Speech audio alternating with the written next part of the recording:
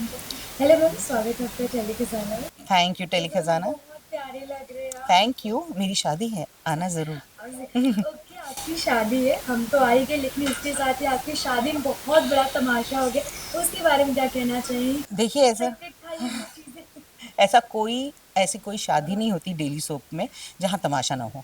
और अगर तमाशा ना हो तो शादी नहीं। और अगर आप रियल लाइफ में भी देखो जाओ तो शादियों में सबसे ज़्यादा तमाशे होते राइट। हैं। मामा मामी का कलेश, फूफा फूफी का कलेश, तो ये सब होता ही रहता है।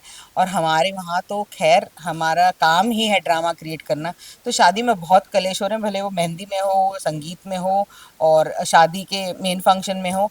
और ये मैं तो पहली बार, यानी स्क्रीन शादी मेरी इन 24 years of my career, screen शादी मेरी पहली बार हो रही है।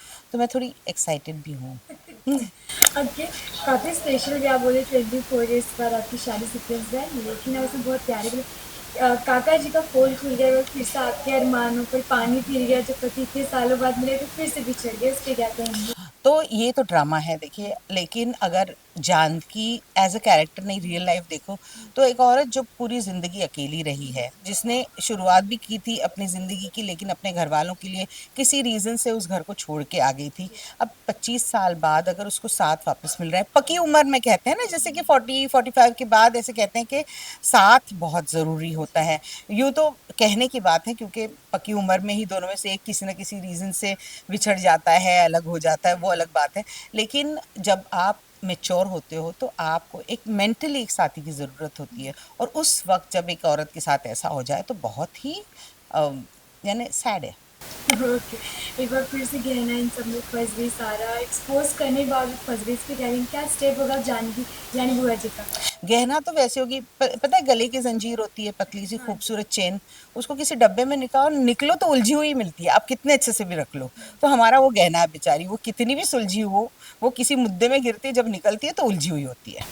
ओके, ओके, हम क्या कहना चाहेंगे? ऑडियंस गहना को बहुत प्यार देकर बहुत अप्रिशिएट करे, क्या कहना चाहेंगे? थैंक यू, शुक्रिया। यानी इन चीज़ों को अल्फाजों में डालना बहुत आसान नहीं है कि आप हमें अपना वक्त देते हैं, अपना प्यार देते हैं और अपनी लाइफ में हमें इन्वॉल्व करते हैं और हमारी लाइफ में इन्वॉल्व होते हैं।